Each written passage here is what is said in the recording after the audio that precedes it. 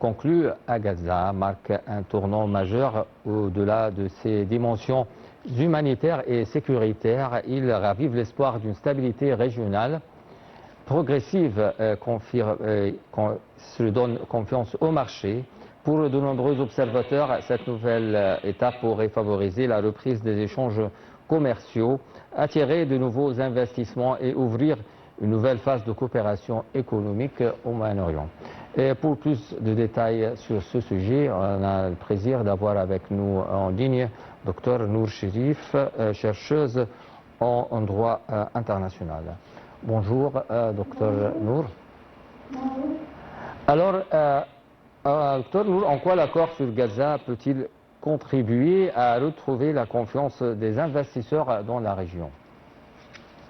En fait, l'accord politique ou le cessez-le-feu constitue un signal positif, mais pas à lui seul à restaurer durablement la confiance des investisseurs. Les travaux en économie internationale montrent que les marchés accordent davantage d'importance à la crédibilité des engagements, à leur mise en œuvre effective et à la stabilité institutionnelle qui est à la seule signature d'un accord. Les analyses du Fonds monétaire international, le FMI, soulignent également que les conflits au Moyen-Orient affectent les marchés financiers mondiaux par plusieurs canaux.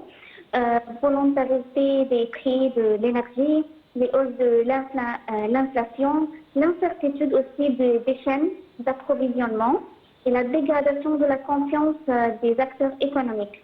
En fait, les FMI estiment qu'une stabilisation durable contribuera à réduire ces risques, mais insistent sur le fait que les marchés demeurent sensibles à toute possibilité d'escalade. Dans cette perspective, les accords aussi peuvent effectivement contribuer à une amélioration du climat de confiance en envoyant un signal d'escalade. On peut dire en fait que l'accord constitue une condition nécessaire sont suffisantes et pour restaurer pleinement la confiance. À votre avis, Dr Nour, quels sont les premiers secteurs économiques susceptibles de bénéficier de cette baisse des tensions? En fait, la première des choses, on peut dire que la période de reconstruction devrait stimuler plusieurs secteurs stratégiques, des infrastructures et la construction constitueront les premiers moteurs de la relance, tandis que les investissements dans l'énergie, notamment les interconnexions électriques et les gaz naturels, renforceront la sécurité énergétique régionale. Aussi les secteurs des transports et de la logistique et des télécommunications. Une stabilisation de la région peut-elle entraîner une reprise des investissements directs étrangers? Bien sûr, oui. L'accord durable, bien sûr, favorise la relance du commerce régional entre les pays du Moyen-Orient, la rouverture des principaux axes de transport permettrait la fluidité les échanges de marchandises et de réduire les coûts logistiques. Et les entreprises pourraient reconstruire les chaînes d'approvisionnement.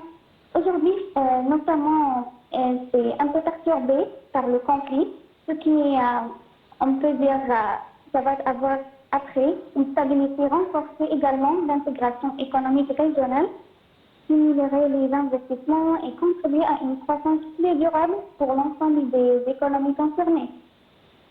Bien sûr, cet accord pourra mener à augmenter les échanges commerciaux entre les pays du Moyen-Orient, ce qui attire plus des investisseurs et aussi amener à un développement durable dans la bande de Gaza. Est-ce que aussi la sécurisation de routes maritimes peut-elle réduire les coûts de transport et de l'assurance, comme on voit maintenant à cause de la guerre en Iran, le blocus du détroit d'Ormuz, ça augmente les frais, ça augmente les taxes sur les produits, tous les produits, des produits pétroliers, bien sûr, à tous les autres produits et les marchandises.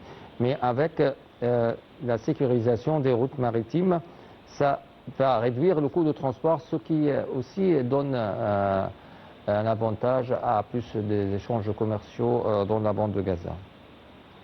Effectivement, sans doute, un accord durable, bien sûr, contribuera également à sécuriser les routes maritimes, notamment en mer Rouge et dans l'Est et dans la Méditerranée, qui sont essentielles au commerce international.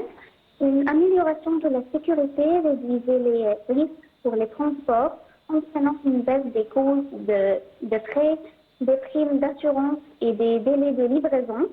À terme, cela renforcerait la fluidité des échanges commerciaux, améliorerait aussi la compétitivité des entreprises et soutiendrait la croissance économique régionale et mondiale, bien sûr.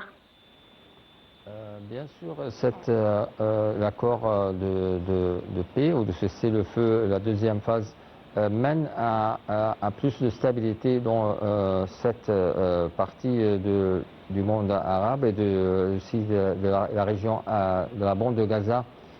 Et est-ce que aussi ça mène à plus de communication et de transport transport et des échanges commerciaux avec les pays européens et les pays de l'Asie du Sud-Est?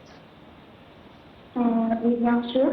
En fait, il aura un impact sur le plan économique, notamment.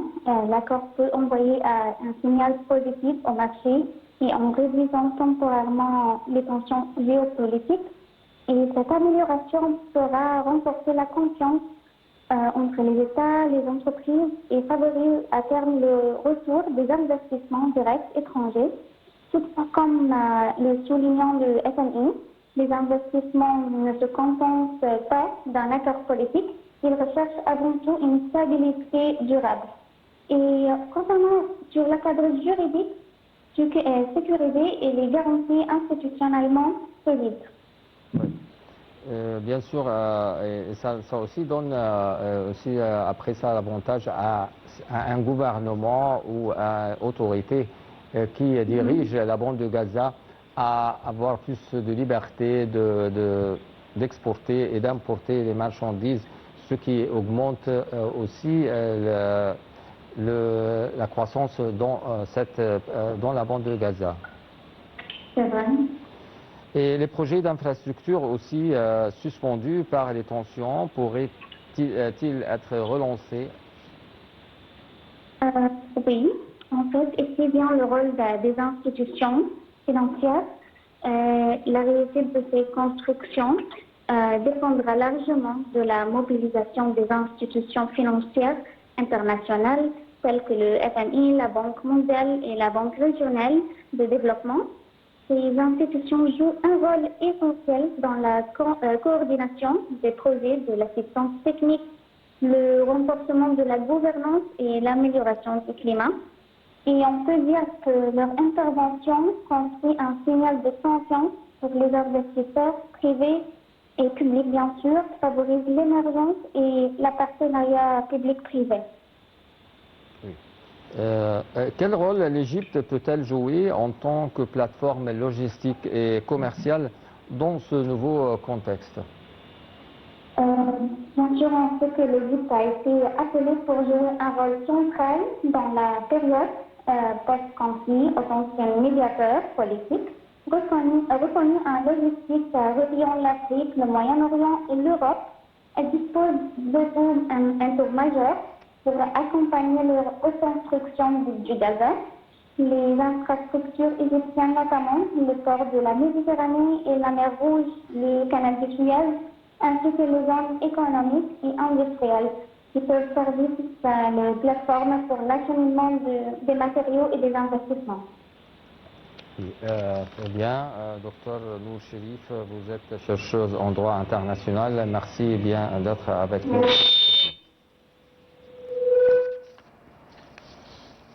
والتخزين دون أي استثناءات متحدثة عن خارطة للطريق